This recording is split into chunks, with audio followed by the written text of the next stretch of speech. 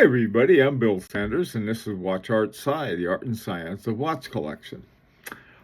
Today, what I want to look at is a German watch by a company called Laco. And Laco's been around for a while, but at this stage, they're using both Swiss and Japanese movements. They're not using their own movements, at least as far as I can tell, or they're using the Japanese and Swiss movements as a base for creating their own. We'll take a look at the end of this, is that what they've been doing. Now, one of the things that's really interesting that I'll talk about, if we look at the Ottenberg 39 over there on the right side of your screen, the black dot, well, both of them have black dials. The one with the black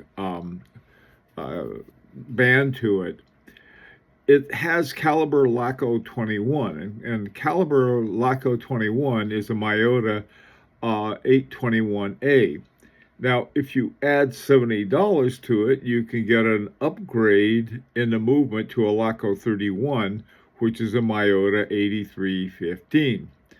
Now, the quality of the movement is always important, and it's sort of interesting that they give the user, sometimes they do, or they simply have something on it, like for a Salida and ETA have sort of three levels: a regular level, what they call the elaborate level. They have the top level, and on top of that, they have the COSC level, the chronometer level.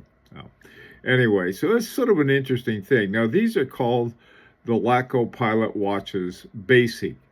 The Laco Aachen 42 is $410. It has a Miyota 821A movement, and it's called the caliber Laco 21. One of the things that sort of a little bothered me about on the Laco site, I think at one time they just sort of told you what the movements were, but they do still, but you have to sort of hunt around for them. And I wish they would make it a little easier. I mean, like when they have the name of the movement, elaborate, well, it can be elaborate. It's simply a type of the model of the movement, but it's not the name of the movement itself, simply the type of movement. Okay, these next two, the Laco chronograph, then they have what they call a special edition. The special edition watches are part of sort of the more classic ones, the classier ones, I'll say. The one called Keel 2, they used to have a lot of chronograph, but they were all quartz. So now they have few. It was really interesting. And looking at the site, they have all of these chronographs that were discontinued, but they still have them up there. Digging up the movement wasn't that easy. I mean, you should be able to look at it and say, okay, looking at the specs. Again, this was something that I wish they would make easier, because I really like their watches and, in general, their prices. You always should know the movement and easily see it, so you know what you're paying for.